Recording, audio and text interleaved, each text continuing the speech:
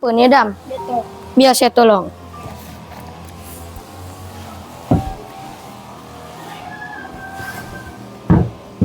Assalamualaikum. Kamu apa kabar? Baik. Sihat ke? Ya. Assalamualaikum. Sihat ke? Ya. Jom kita baca buku tu bersama. Ya. Asal muka dia macam ni.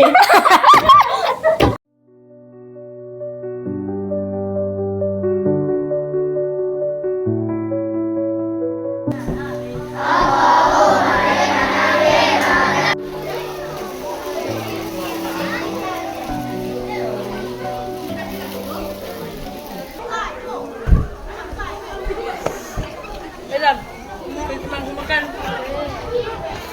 Mana apa pelan ni? Baik. Itu dah lupa tuyul lah. Bukan dia tengah.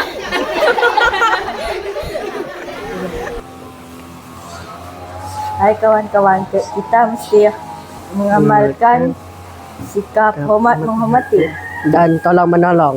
Bye.